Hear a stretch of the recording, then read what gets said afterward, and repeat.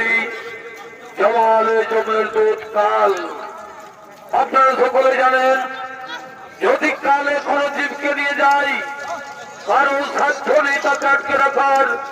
তাই সেই কাল চলেছেন সেই দ্বারকানগরে ব্রাহ্মণীর গর্ভের সন্তানকে কেড়ে নেওয়ার জন্য। তাই সেই কালের ভূমিকায় নিত্য বিগত হবে